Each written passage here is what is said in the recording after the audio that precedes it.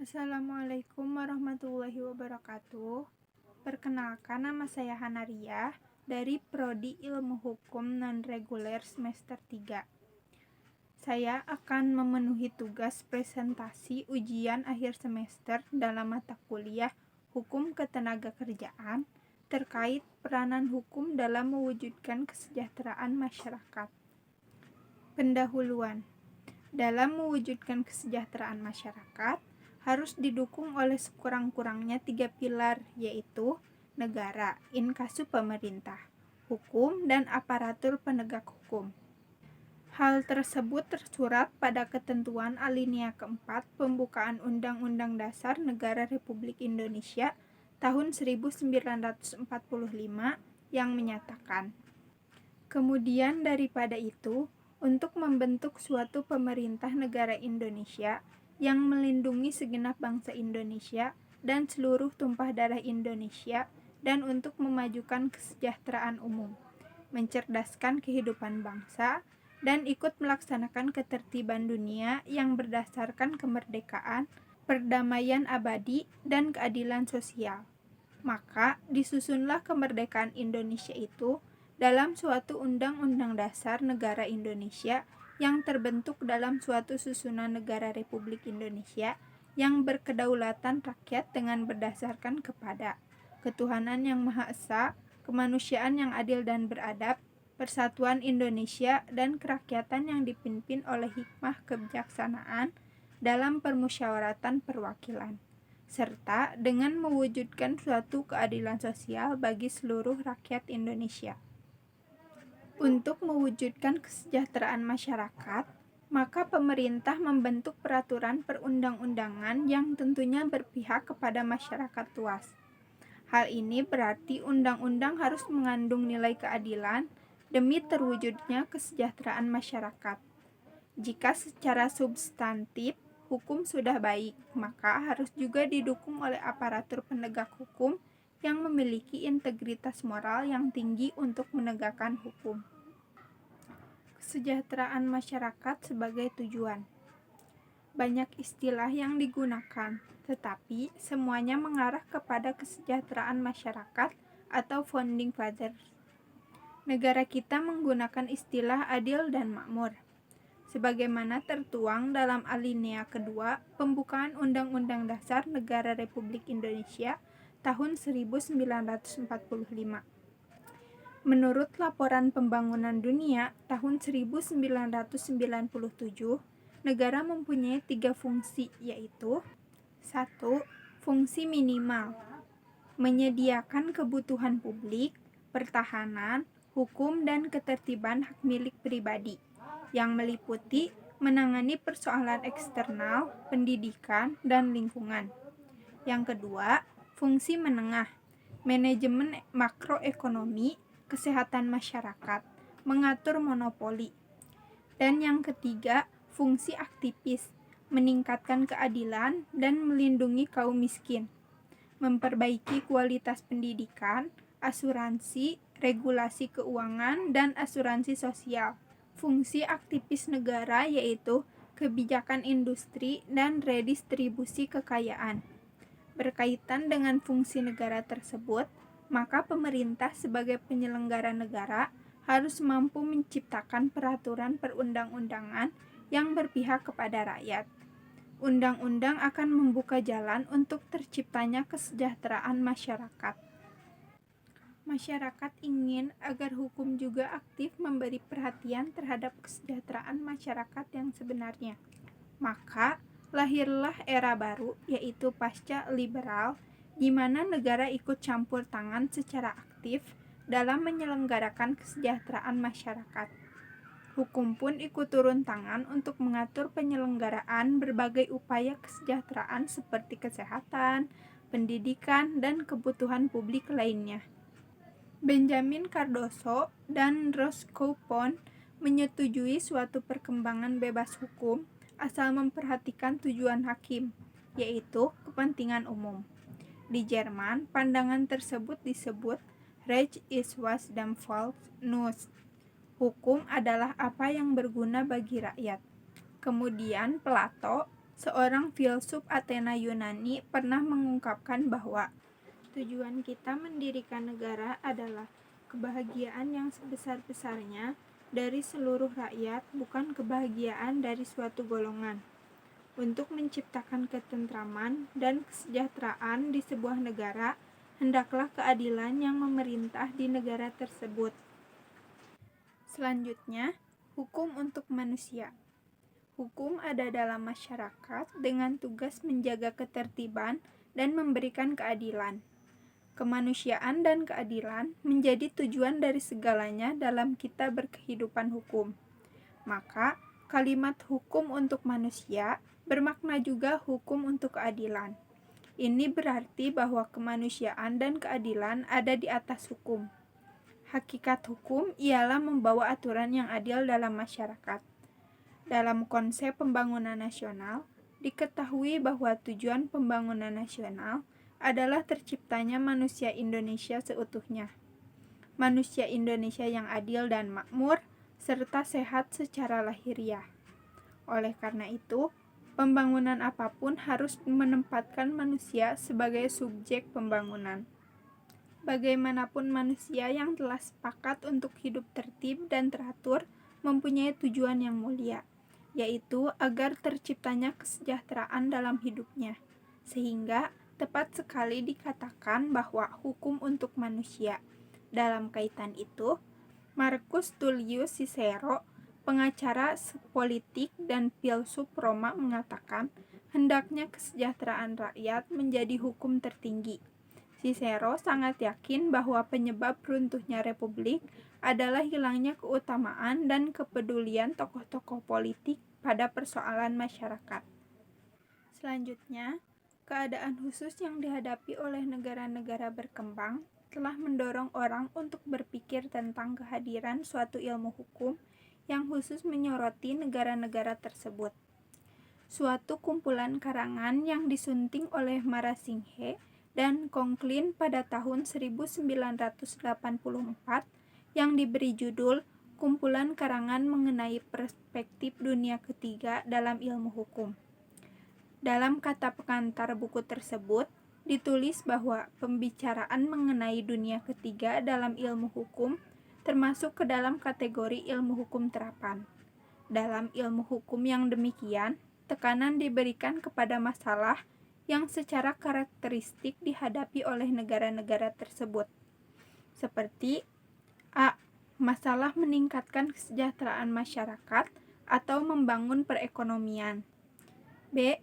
Pengangkatan harkat kemanusiaan di tengah-tengah proses perubahan sosial.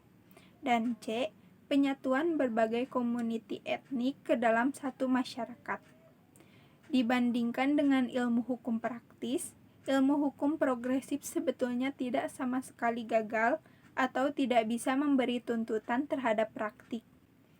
Perbedaan terletak pada ilmu hukum praktis yang menggunakan paradigma peraturan, sedang ilmu hukum progresif memakai paradigma manusia. Penerimaan paradigma manusia tersebut membawa ilmu hukum progresif untuk memedulikan faktor perilaku. Bagi ilmu hukum progresif, hukum adalah untuk manusia, sedangkan bagi ilmu hukum praktis, manusia adalah lebih untuk hukum dan logika hukum. Selanjutnya, dalam rangka terwujudnya kesejahteraan masyarakat, maka posisi pemerintah sebagai pengayom dan pengemban kesejahteraan masyarakat sangat diharapkan. Relevan dengan hal ini, tepatlah apa yang dikatakan Gaius, cendekiawan Romawi, yaitu tugas gembala yang baik adalah mencukur ternaknya, bukan mengulitinya. Dalam konteks bernegara, berarti seorang penguasa mempunyai kewajiban mensejahterakan masyarakatnya, bukan menyengsarakan mereka. Masih tingginya angka kejahatan korupsi yang dilakukan oleh hampir semua instansi di Indonesia merupakan faktor penghambat tercapainya kesejahteraan masyarakat. Pemerintah sejauh ini dinilai belum berhasil menyelamatkan ratusan bahkan miliaran rupiah uang negara yang dikorupsi pejabat negara. Penanganan korupsi masih bersifat tebang pilih, terutama terhadap perkara-perkara korupsi yang mencapai ratusan bahkan miliaran rupiah. Koruptor yang berhasil digiring ke pengadilan dan kemudian dipenjara kebanyakan koruptor kelas 3. Dengan demikian, eksistensi peraturan perundang-undangan yang mewadahi upaya pemberantasan korupsi harus terus diperjuangkan. Sebagaimana dikatakan Sacipto Raharjo, bangsa ini telah menobatkan korupsi sebagai kejahatan luar biasa. Karena itu adalah logis, ia harus dihadapi dengan cara-cara luar biasa pula. Hal ini juga berarti undang-undang korupsi belum mampu menciptakan peluang dan kesempatan terwujudnya kesejahteraan masyarakat. Berkualitas atau tidaknya suatu undang-undang juga dipengaruhi oleh sumber daya manusianya, Dewan Perwakilan Rakyat atau DPR, dan pemerintah. Di samping kualitas anggota DPR kita masih rendah, juga memiliki mental korup. Pemberitaan mengenai korupsi dan suap yang dilakukan DPR dan paling banyak DPRD, baik di tingkat provinsi maupun kabupaten dan kota, tidak pernah surut. Kondisi DPR saat ini persis seperti yang digambarkan berikut ini. Attentio senatus multas les praeter rem publicam petrinet absurdes. Sangat janggal bahwa perhatian dari Dewan Perwakilan Rakyat atau DPR itu meliputi banyak hal, kecuali kepentingan rakyat. Seyogyanya yang berlaku adalah principes et senatores discet exemplum populorum et agit pro republica populorum. Para pemimpin dan wakil rakyat, belajarlah dari teladan rakyat dan bekerjalah demi kepentingan umum masyarakat. Sangatlah tepat apa yang pernah dikatakan Thomas Jefferson, Presiden Amerika Serikat, yaitu, "When a man assumes a public trust, he should consider himself public property." Jika orang memperoleh kepercayaan masyarakat, maka ia harus menganggap dirinya milik masyarakat. DPR adalah pejabat publik di Indonesia, suatu negara yang berbentuk republik, dari kata res dan publica yang berarti kepentingan umum. Seyogyanya mengabdikan dirinya untuk kepentingan umum masyarakat agar sejahtera, adil, dan makmur sebagaimana diamanatkan oleh pembukaan dan batang tubuh Undang-Undang Dasar 1945. Mengatasi korupsi menurut Sacipto Raharjo, ada 3 pilihan yang dapat dilakukan, yakni pertama, membuat regulasi yang komprehensif dan menjerahkan. Kedua, mendesak rejim yang berkuasa menunaikan tugasnya menegakkan hukum. Ketiga, menciptakan budaya hukum.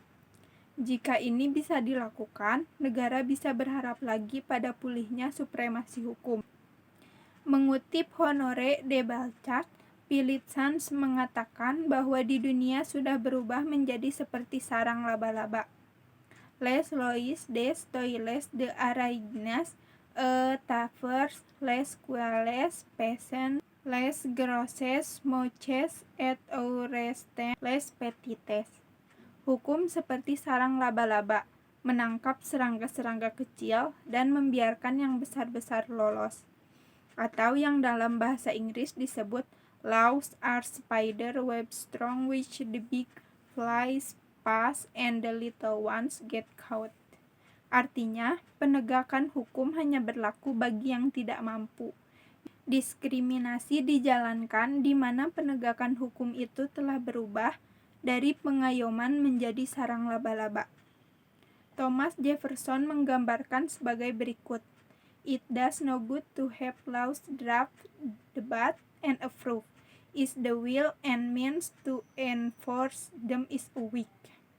Adalah percuma saja untuk merancang undang-undang, mendebatkan, dan kemudian menyetujuinya apabila keinginan dan alat untuk melaksanakannya lemah. Lebih lanjut dikatakan, the execution of the laws is more important than making of them. Pelaksanaan hukum adalah lebih penting dari perbuatannya. Selanjutnya, berkaitan dengan pelaksanaan tersebut, tepatlah apa yang dikatakan B.M. Taverne, bahwa yang paling penting adalah hakim, jaksa, polisi, dan advokat yang baik. Maka kejahatan dan pelanggaran apapun bisa dihambat, meskipun undang-undangnya sendiri tidak sempurna. Indonesia pernah memiliki aparat penegak hukum yang sederhana, jujur, dan bersih, yaitu Baharudin Lopa.